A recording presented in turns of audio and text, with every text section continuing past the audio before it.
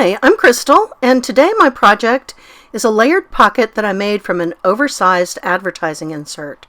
So I've had this advertising insert from the newspaper kicking around my craft room for a while. I think based on the flowers and jewelry, it's probably from Mother's Day, but it's a little bit of an awkward size to store. So I thought I'd go ahead and make it into something that was a little bit easier to store and would also be useful to me in the future. And so what I decided to make was this layered pocket. So the overall size of the advertising insert was 24 by 24 inches, originally folded in quarters, and I had used a little bit of it.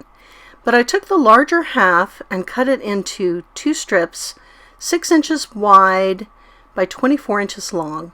And I do a lot of junk journals that are 8.5 by 5.5.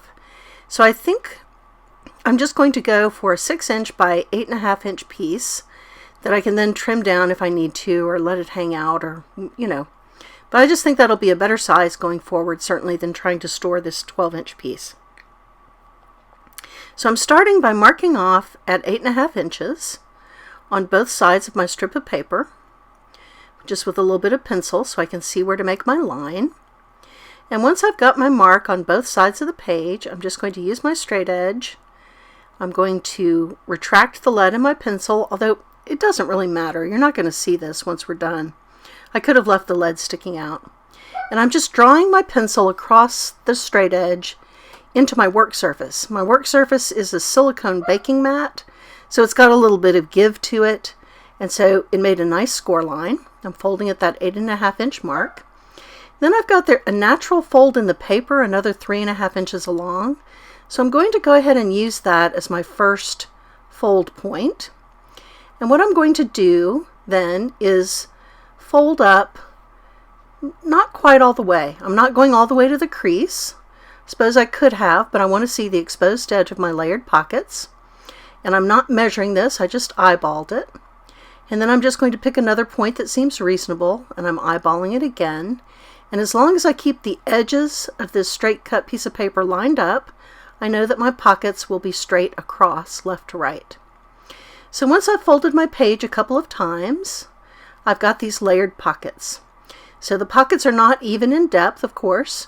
The back pocket is very, very deep, and then the two pockets in front are going to be a little more shallow. But I think that's going to make a nice layered pocket page. So once I've folded up, I'm going to use some double-sided tape to attach the pockets down. Normally I use liquid glue when I'm crafting. Liquid glue is much less expensive in the long run than any type of tape. If you do choose tape, I've done the math on this, and the least expensive option is tear tape because you're not paying for any kind of dispenser. And the reason I'm using the tear tape instead of liquid glue is because this advertising insert has got a little bit of a glossy surface. So liquid glue would kind of bubble and warp, and I just think that it's going to be a better hold if I use the tear tape. So I'm just putting the tear tape on the smaller side, which is what you should do with any adhesive, for all the pockets. And then once I've got the smaller pieces adhered, I'm adhering the large pocket piece to the base. So once I fold this all together, you can see that I've got my pockets going, but I'm going to use the flowers I cut off the other quarter of this advertising insert to cover up the blank spaces and the little pieces of jewelry that are on this advertisement. Now here I am going to use a little bit of liquid glue just because I want to get it right up on the edge of the piece, and that small amount of glue I think is going to work just fine. I don't really want to see the jewelry here, so that's why I'm gluing the flower right over that jewelry piece. But I did like the flower graphics on this advertisement. I thought those were really attractive, so I want to definitely maintain those. So I tried out my little pieces, my little bits and bobs, to make sure that I got coverage of all the parts I wanted to cover, and just glued everything down until I was pleased with the arrangement. And I thought that turned out pretty nicely.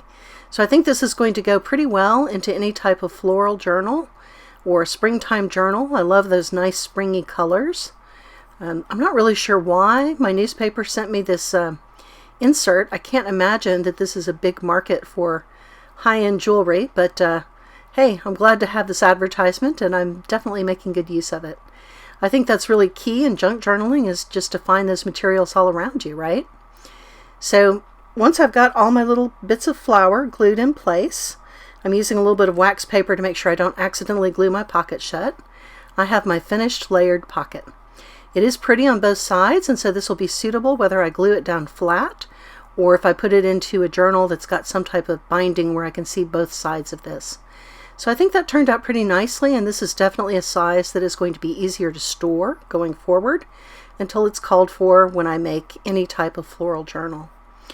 Since I had a 6-inch strip left, 6 inches by 24, I did make a second layered pocket, and this would work with any size paper. You just have to eyeball it and make it work for you. Thanks for joining me today.